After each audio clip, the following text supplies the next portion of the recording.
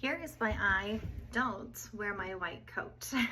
I have 4 clinics. I've had my own clinics for almost 4 years, and never once have I worn a white coat in any of my locations, and I am proud to say that I never have.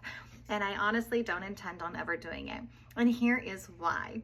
Obviously, a lot of doctors and patients know that for pediatric population, we don't wear the white coats because they get nervous. They think that they're gonna get a shot or have something like that happen. And for eye doctors, they get really worried about getting a drop in their eye. So I definitely don't want my patients to get nervous or scared. But there also are other reasons why them not getting nervous and scared is a huge benefit for my exam, aside from them just being more comfortable. Oftentimes when patients do get nervous or scared, they will basically go into like a fight or flight mode. Part of our visual system actually reacts and responds to this balance between the sympathetic and parasympathetic system. When that sympathetic system gets activated, we actually will have different pupillary responses, eye responses, and accommodative responses. Accommodation is when you flex a muscle inside of your eye and you make the lens that sits just behind your iris a little bit thicker, as if you were reading a book. When you go into a sympathetic state, that fight or flight state where you're a little nervous, you're a little scared, I often see this in my batters for baseball, so MLB and Division I athletes, when they step into the box, they can get into a fight or flight stage, right? Pros and cons to that.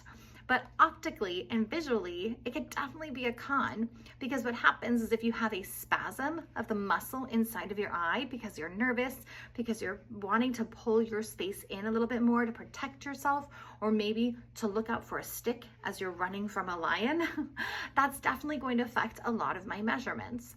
Well, some of my measurements are testing how well you can send a neurological signal to that muscle. For a lot of my other measurements, I need that muscle relaxed or in a natural, normal, neutral state.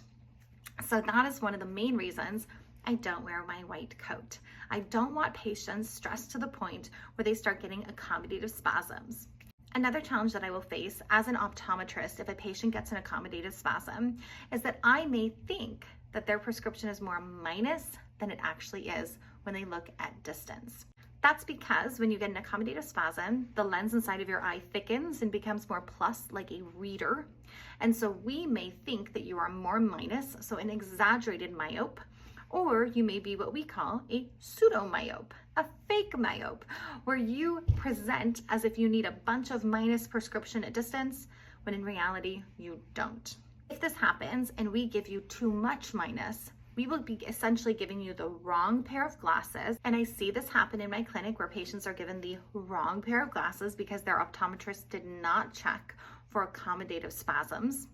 And then they end up having resulting eye strain, eye pain, binocular vision problems, all because they were originally given the wrong glasses.